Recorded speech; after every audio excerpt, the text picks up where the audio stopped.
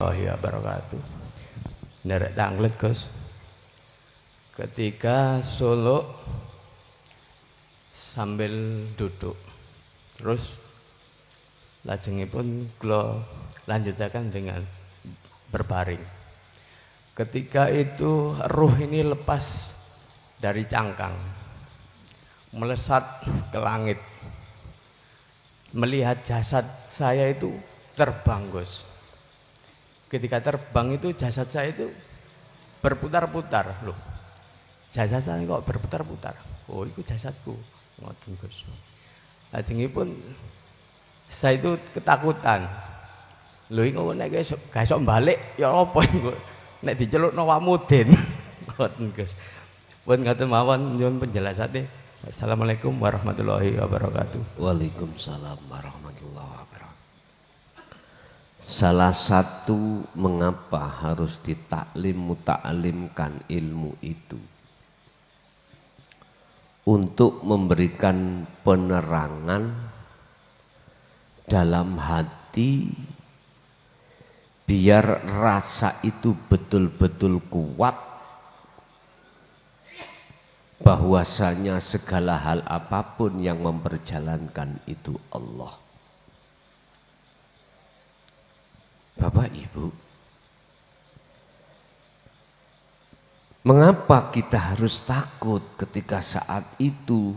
Karena jawabannya, sepanjang ruhaniyah itu belum estu jatuh pada hayun, sepanjang itu nafsu tetap gandoli. Termasuk bentuk gandoli mang, jenengan ditakut-takuti isok balik apa ora. Nek gak balik dicelukno Wamudin. Lah, siapapun panjenengan tidak akan pernah akan takut walaupun perjalanannya itu sangat ekstrim, manakala betul-betul keihsanan iman jenengan iki sudah terjaga. Dikir rosok itu betul-betul sudah siap untuk menghadapi, maka tidak akan pernah ada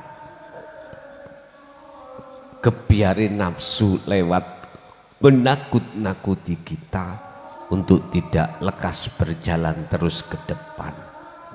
Ndak. Bila mana masalah itu kok yo estu gak balik, ya wis waktune. Kan sudah dikatakan kullu nafsin dha'iqatul maut. Ya sudah. Apakah wajar seseorang itu ada rasa takut? Wajar. Wajar. Dan itu menunjukkan ayat, tanda.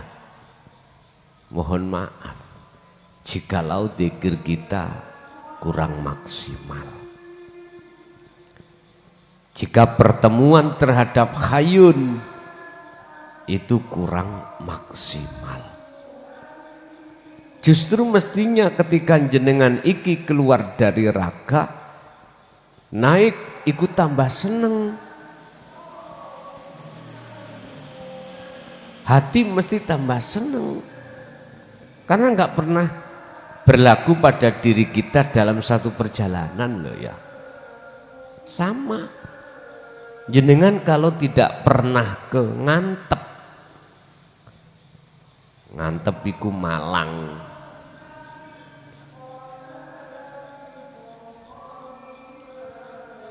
Wisata religi. Sampai ketika perjalanan itu seneng melihat keindahan kiri kanan gunung, hutan. Tapi kalau sudah biasa bagaimana? Yes, biasa-biasa saja. Makanya mengapa kita jauh-jauh kok ke sana? Karena belum tahu belum pernah.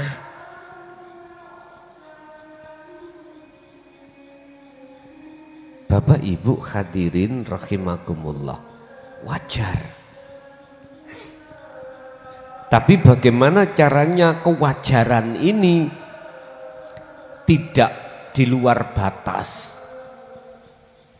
Ya cukup sebelum jenengan berangkat kholwat itu persiapan dzikir rasa itu sudah jenengan kuati di dalam hati. Kan sudah jelas segala apapun yang timbul dan muncul pada semua umat manusia itu bukan yang memiliki muncul gerak, muncul pendengaran, muncul penglihatan, itu makhluknya bukan. Bukan makhluknya terus digerakkan, bukan. Kalau kita sudah bicara di ahad loh ya, berarti ya sedoyo semua adalah aktornya adalah ya Allah itu sendiri. Yes.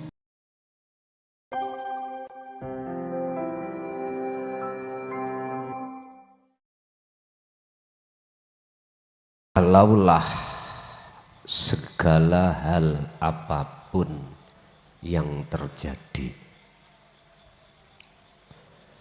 baik yang membawa pada umumnya hati senang ataupun susah, semata-mata itu karena Allah.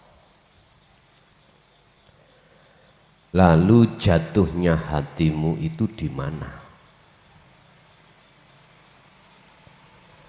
Kalaulah semua apapun yang terjadi dirasa miturut umum senang maupun susah, semua itu hanyalah Allah. Lalu jatuhnya hatimu di mana?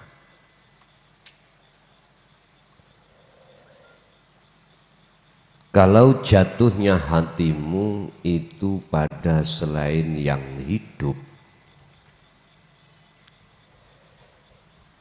mengapa kau berkata karena Allah? Kalau toh hatimu sudah benar-benar jatuhnya terhadap yang esa, mengapa harus kau ucapkan?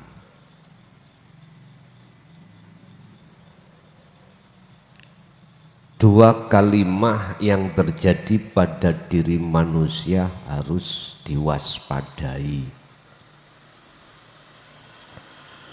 Sebab sekecil apapun keinginan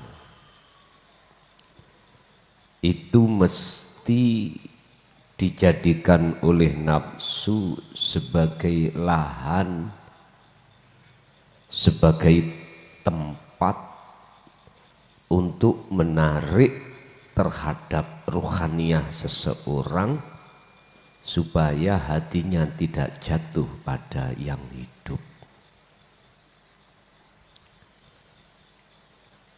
Jikalau hati sudah jatuhnya pada selain yang hidup, maka ada beberapa konsekuensi yang harus diterima oleh hati seseorang. Pertama di antaranya adalah hati akan mendongkol. Hati akan gelisah tak menentu. Hati terasa khawatir dengan kondisi apapun. Hati yang seperti inilah Bapak Ibu disebut hati yang buta, hati yang mati. Hati yang dalam cengkeraman nafsunya sendiri. Sampai kapan hal ini terjadi? Jawabannya, ya sampai di mana Anda itu menjatuhkan hatimu pada Allah. Sebab siapapun orang jikalau melewati jalannya nafsu, ujung-ujungnya pengakuan si hamba. Ujung-ujungnya begitu. Kalau sifat pengakuan disebut nafsu nafsiyah ini mendominasi di dalam jagat jilikno, di dalam jagat hati manusia, maka sepanjang itu hati tersebut dalam keadaan gelap gulita. Hati enggak akan menentu, Pak. Apalagi ketika saat hati ini menerima keadaan yang kurang begitu enak. Mesti hati sampean kali kula niki tidak ada habisnya meratapi nasib dalam kegelisahan, nggak ada habisnya. Tapi beda dengan apa yang nanti kita akan bahas di dalam surah Al-Furqan ayat 58. Al-Furqan ayat 58. Ini orang-orang yang hatinya jatuh pada kebenaran, atau hati seseorang yang berjalan di atas jalan menuju dan bertemu yang hidup, atau hati yang selalu bersinar cahaya ma'rifatnya. Wa tawakkal lan pasrahno sira alal khayyi ing atase zat kang urip. Sifate al khayyi yaiku alladzi kang la yamutu, kang ora pernah ngalami kematian sapa khayyi. Jatuhkanlah hatimu terhadap yang hidup. Sifatnya yang hidup, la yamutu, alladzi la yamutu, yang tidak pernah mengalami kematian. Lah, golongan-golongan yang sudah hatinya mencorong nur makrifat, cahaya makrifatnya mesti dengan mudah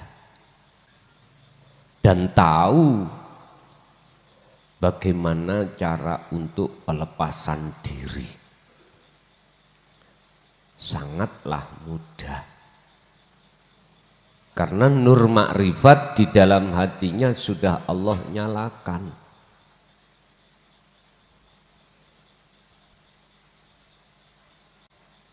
Beda dengan yang golongan pertama tadi.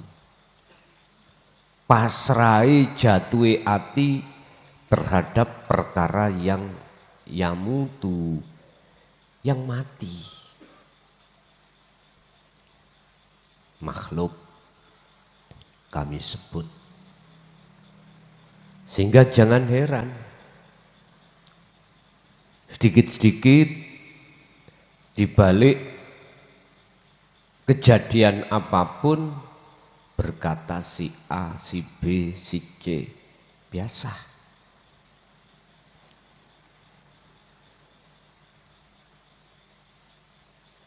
Tapi buat golongan yang nomor 2, yang dia olehnya jatuhnya hati hanya pada hidup, oleh karena dia tahu bagaimana caranya peletakan diri, ya fasabbih bihamdihi, lan padha nyucikake sapa golongan sing nomor 2 mang ing atine bihamdihi kelawan nyawijekake menyang Gusti. Cara untuk membersihkan hati dari pengaruh-pengaruhnya nafsu, ya wasabbih bihamdihi. Lewat mana? Lewat kesadaran. Hati sadar dan menyadari bahwasanya mulai nama, sifat, dat kemanusiaannya itu gak ada. Kalau itu sudah berlaku di dalam diri seorang muslim, maka dengan sendirinya akan muncul. Hakul mubinnya itu akan muncul. Urip iku dengan sendirinya akan muncul terasa di dalam hati panjenengan.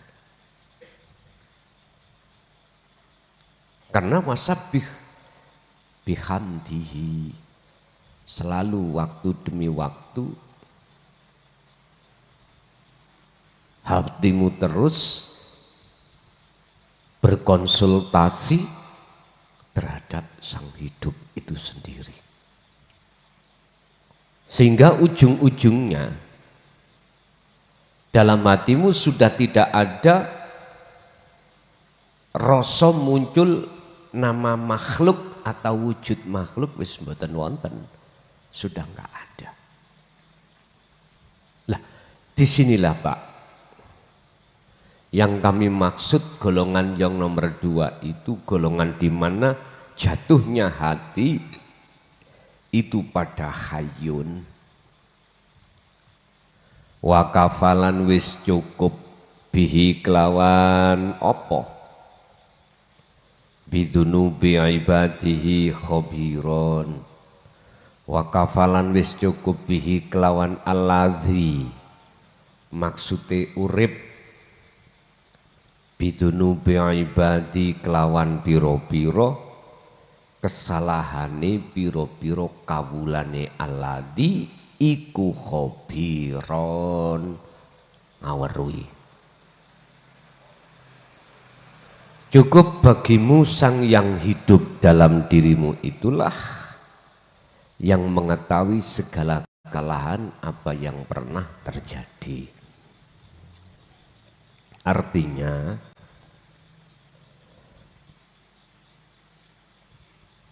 apapun yang kau sembunyikan atau tidak,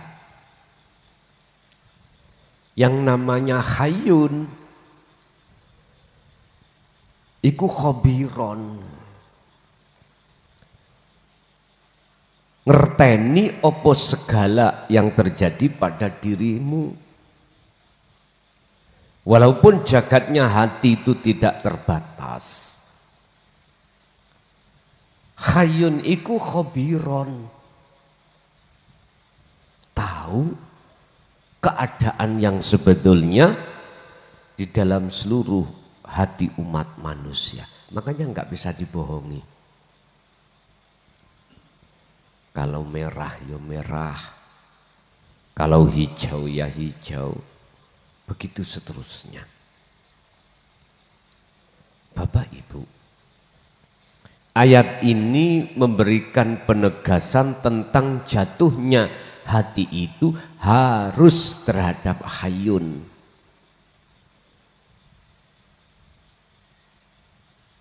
Jangan terhadap makhluknya. Lah hayyun itu sangatlah dekat pada dirimu masing-masing.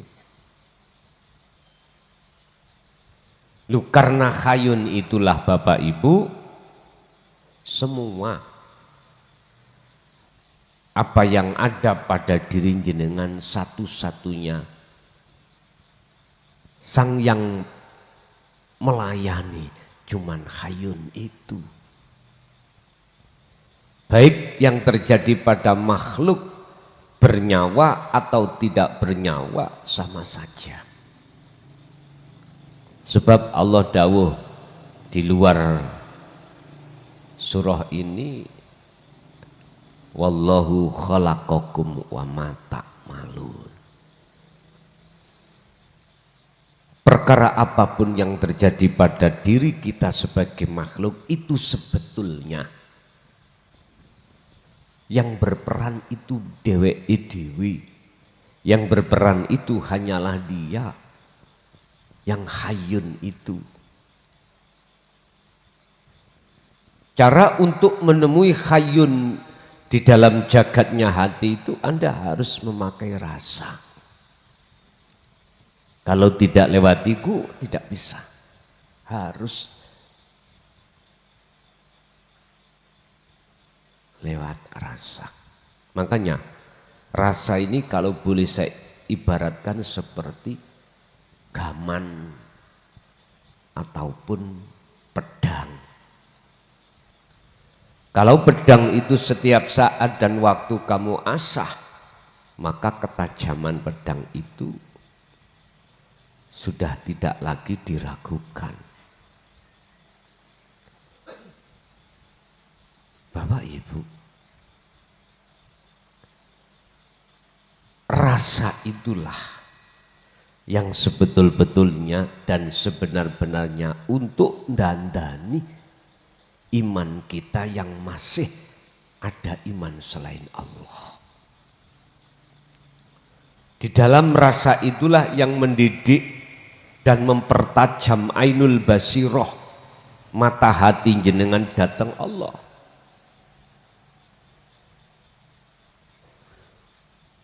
Sebab selain daripada itu, banyak orang yang memakai sistem tidak lewat rasa, lewat akal. Ketika saat berkholwat, lewat akal. Tidak ketemu Pak kalau seperti ini. Harus sampai lewatkan hati. Sampai lewatkan hati. Sebab akal itu tidak akan pernah mampu menerima, mencerna segala apa yang tidak masuk akal.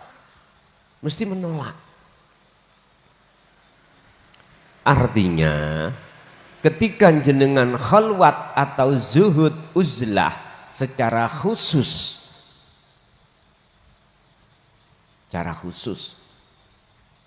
jikalau akalmu itu masih ikut dan atau rasa itu sampai masuk di dalam akal, maka enggak ketemu.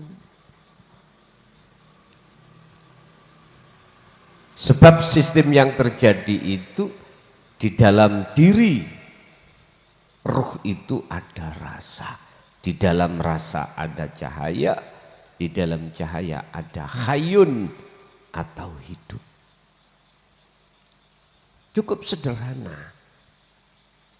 Jangan kau akui segala hal apa yang terjadi pada seluruh makhluk itu makhluk. Jangan. Singkirkanlah makhluk di dalam hati Anda. Urusan nanti muncul innani anallah, itu otomatis. Seiring berjalannya waktu dalam hatimu itu sudah bebas dari perkara-perkara yang menghalangi hatimu. Bapak Ibu, kuncinya itu cuma satu. Untuk betul-betul bahasa likok ketemu Sang Yang hidup di dalam diri Anda cukup sederhana. Asah pedangmu, asah dzikirmu. Dengan begitu nanti dengan sendirinya akan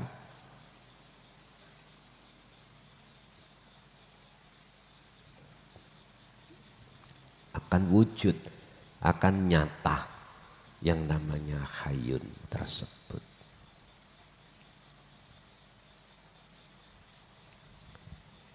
Bapak Ibu hadirin jamaah rahimakumullah.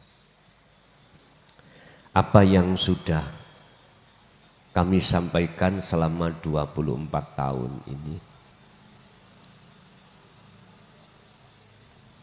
yang dalam satu sisi sudah banyak yang paham,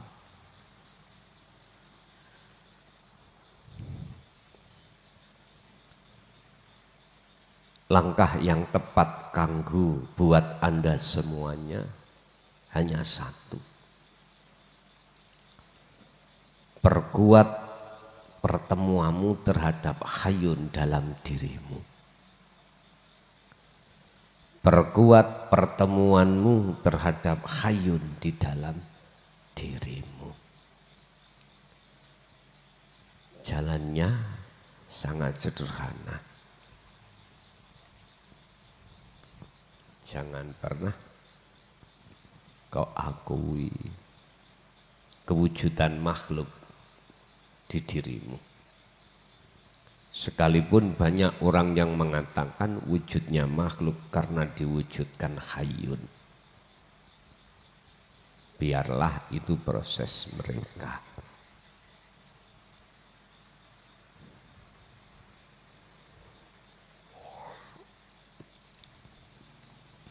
Itu yang harus sampai perkuat.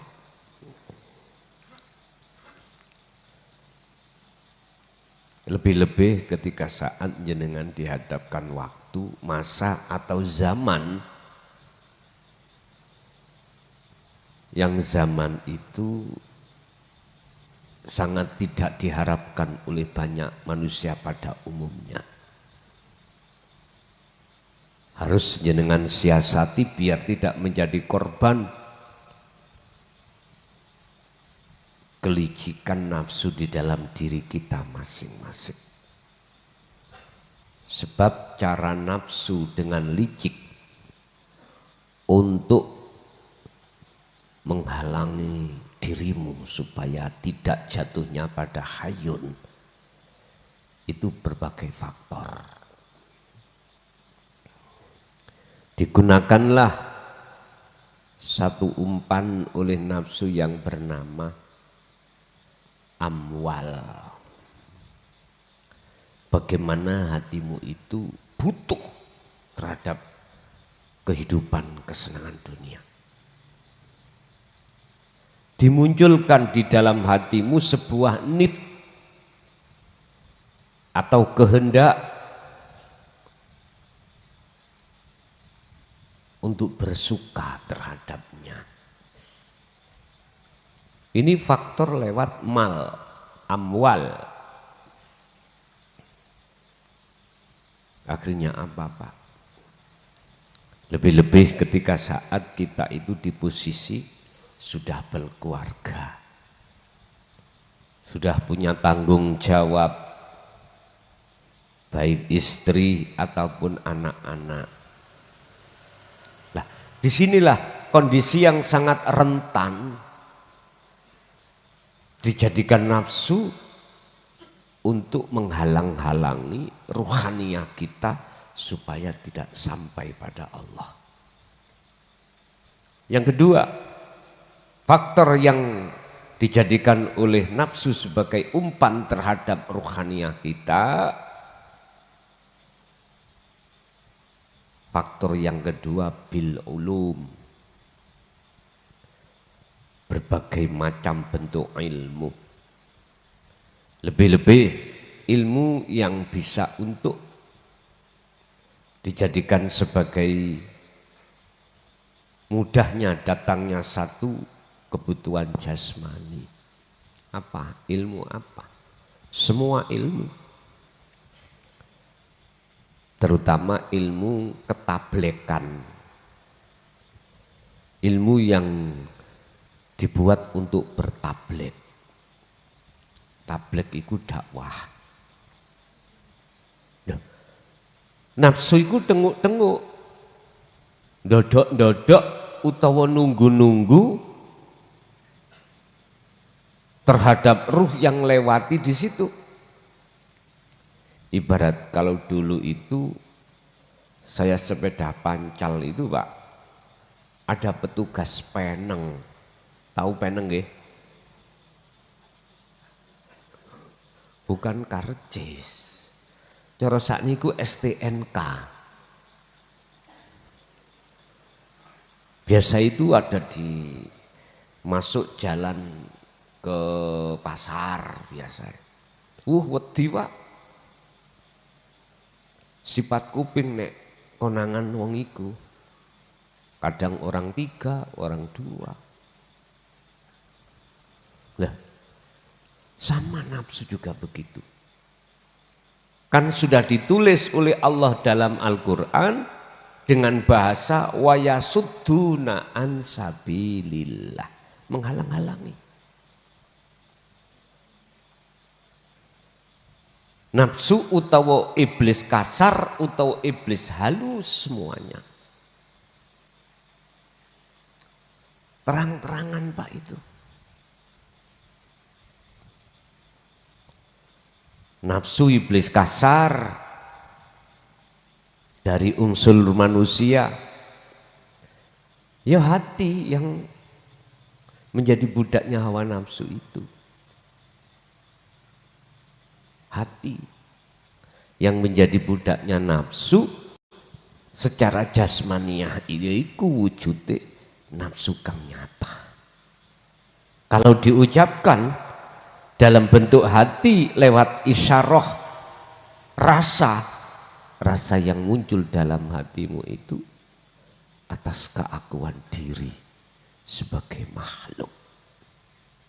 Itu secara batininya, secara dohiriah ya rupa, ya menungso iki yang hatinya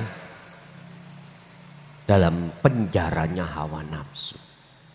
Harus nganut Pak, gak bisa kita menghindar karena itu sudah menjadi harga mati. Lawang kita diperbudak, artinya kita yang dibudak. Allah ya Karim.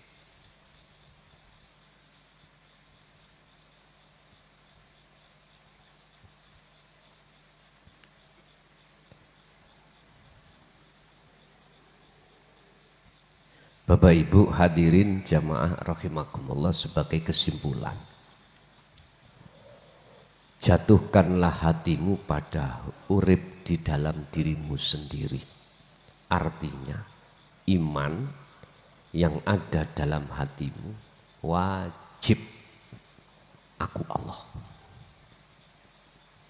Dan itu akan muncul dengan sendirinya dalam hati seorang muslim manakala sudah lepaskan rasa iman makhluk yang melakukan.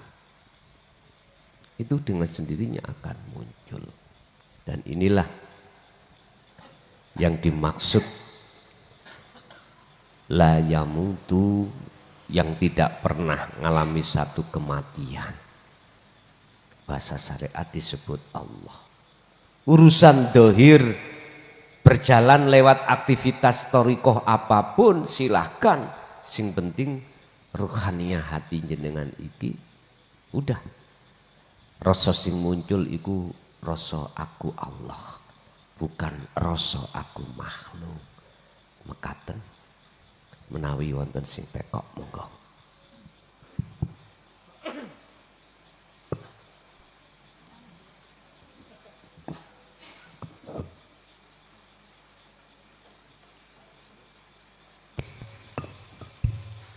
Assalamualaikum warahmatullahi wabarakatuh. Nderek tanglet Gus. Ketika Solo sambil duduk, terus lajengipun kula lanjutaken dengan berbaring. Ketika itu ruh ini lepas dari cangkang, melesat ke langit. Melihat jasad saya itu terbang Gus. Ketika terbang itu jasad saya itu berputar-putar loh. Jasad saya kok berputar-putar. Oh itu jasadku. Ngoten Gus. Lajengipun saya itu ketakutan. Lho iki kok nek gak iso balik ya apa iku? Nek dicelukno Wamudin. Ngoten Gus. Pun ngoten mawon nyuwun penjelasane. Assalamualaikum warahmatullahi wabarakatuh. Waalaikumsalam warahmatullahi wabarakatuh. Salah satu mengapa harus ditaklim muta'alimkan ilmu itu untuk memberikan penerangan dalam hati biar rasa itu betul-betul kuat bahwasanya segala hal apapun yang memperjalankan itu Allah. Bapak Ibu, mengapa kita harus takut ketika saat itu? Karena jawabannya, sepanjang ruhaniyah itu belum estu jatuh pada hayun, sepanjang itu nafsu tetap gandoli. Termasuk bentuk gandoli mang, jenengan ditakut-takuti isok balik apa ora. Nek gak balik dicelukno Wamudin.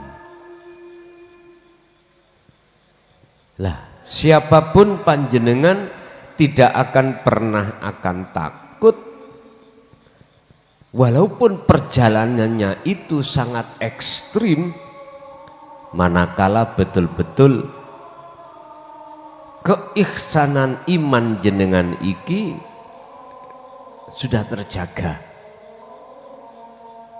Dikir rosok itu betul-betul sudah siap untuk menghadapi, maka tidak akan pernah ada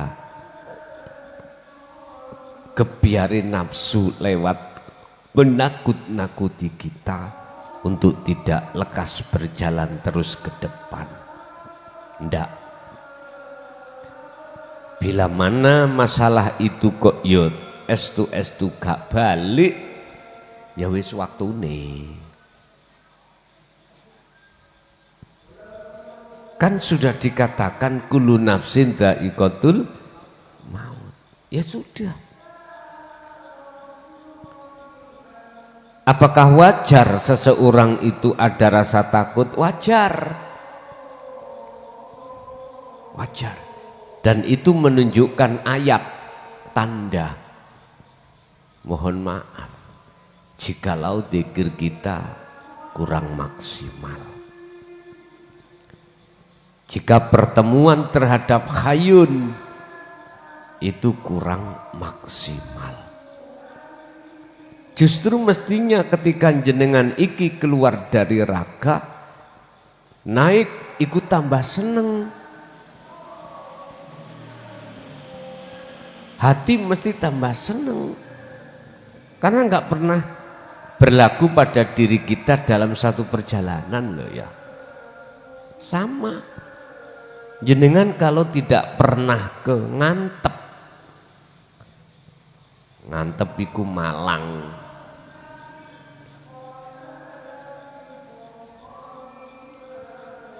Wisata religi. Sampai ketika perjalanan itu seneng melihat keindahan kiri kanan gunung, hutan. Tapi kalau sudah biasa bagaimana? Yes, biasa-biasa saja. Makanya mengapa kita jauh-jauh kok ke sana? Karena belum tahu, belum pernah.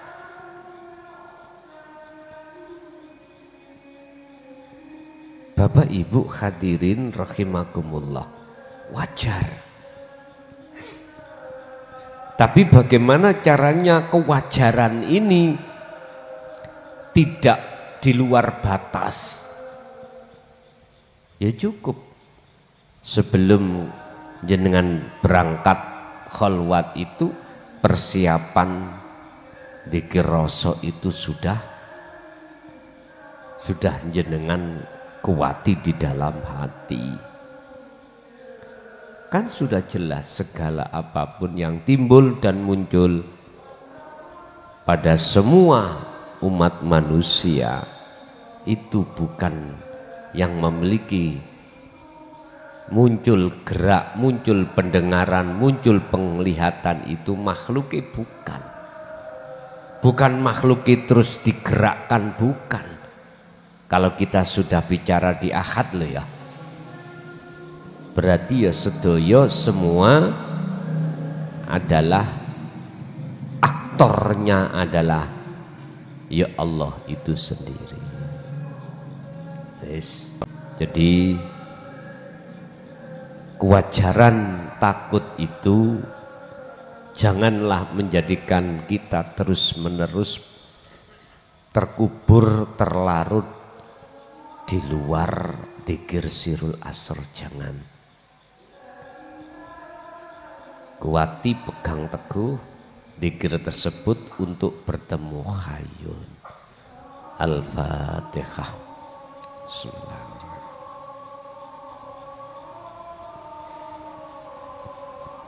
Akhirul kalam, assalamualaikum warahmatullahi wabarakatuh.